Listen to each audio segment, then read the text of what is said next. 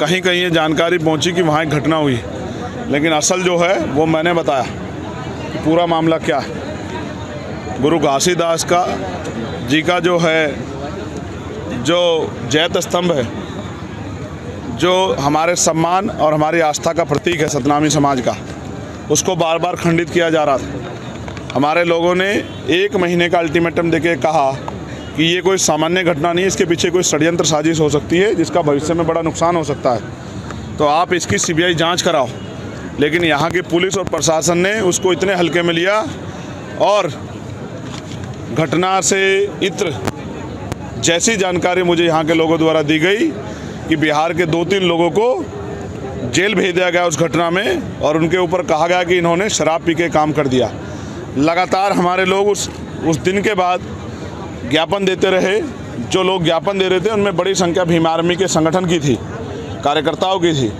तो पूरा टारगेट बना के, और जब बड़ी संख्या में लोग इकट्ठा हुए, ये प्रशासन का फेलियर है, पुलिस का फेलियर। अगर पुलिस का फेलियर नहीं है तो आपने एसएसपी को क्यों हटाया, उसको क्यों निलंबित किया, डीएम को क्यों निलंबित किया? अगर एडमिनिस्ट्रेशन का फेलियर नहीं है, आपके इंटेलिजेंस का फेलियर है। आपको नहीं पता था कितना बड़ा समाज बहुसंख्यक रूप से रहता है छत्तीसगढ़ में, पूरे देश में रहते हैं सतनामी समाज के लोग।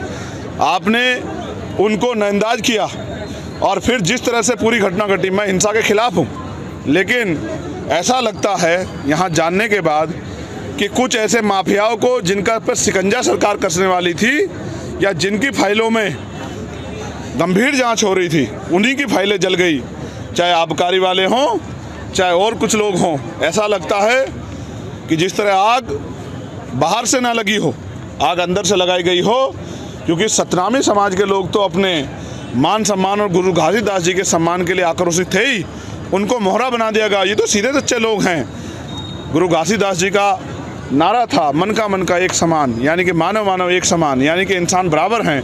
ये लोग तो अहिंसा के पुजारी हैं, मानवता के प्रेमी हैं। ये तो इस तरह का कोई, आज भी ये हजारों की संख्या में इकट्ठा हुए, एक पत्ता भी नहीं हिला। ये कभी भी इस तरह की हिंसा का हिस्सा नहीं बन सकते, लेकिन एक षड्यंत्र करके पूरे सतनामी समाज को बदनाम करने का काम किया गया। और पुलिस द्वारा जिस तरह से जो लोग पकड़े गए उनको पीटा गया, जिस तरह से उनकी खाल उधेड़ी गई, जूतों से पीटा गया, लाठियों से पीटा गया, ये ऐसा स्पष्ट होता है कि किसी नेता को सतनामी समाज से तकलीफ है और उस नेता की ईगो हर्ट हुई है। उस ईगो को सेटिस्फाई करने के लिए वो सत्ता का दुरुपयोग कर रहा है। अगर इसकी सीबीआई जांच हो जाए, आपने दिया है 10 दिन के बाद बड़ा जंगी आंदोलन यहाँ पर किया जाएगा, वो भी अनिश्चितकालीन, उसको लेकर क्या कहना है? मैंने आपको बताया, क्योंकि एक भीम आर्मी एक बहुत बड़ा परिवार है और एक कार्यकर्ता का संरक्षण करना ये मेरी जिम्मेदारी है, हमारे संगठन की जिम्मेदारी है।